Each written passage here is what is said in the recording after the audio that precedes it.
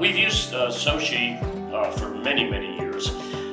What's particularly important to us is that SOCHE has this great mechanism of going to get kids and bringing them in and working out all the logistics and the pay and all that. We probably could do that, but it would be bad. And you all have a broader scope of who the young people are that we want to bring in. So we always think if a company does it better than us, but we want to do that thing, go to the company, pay maybe a little tiny bit more, and get expertise.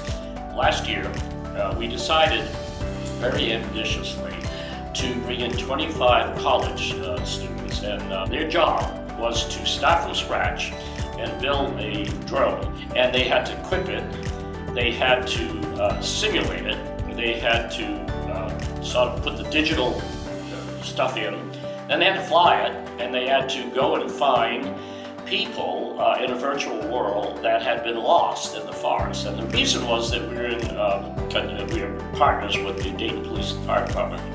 And they do use UAVs or drones for search and rescue.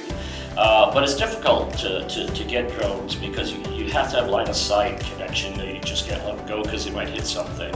And so these kids were phenomenal. Okay, they built the drone, they flew it, they found obscure connections to the environment. I think we used John Wright State Park. Like a hiker was lost, and we had to go down and get that person, and it was a phenomenal success.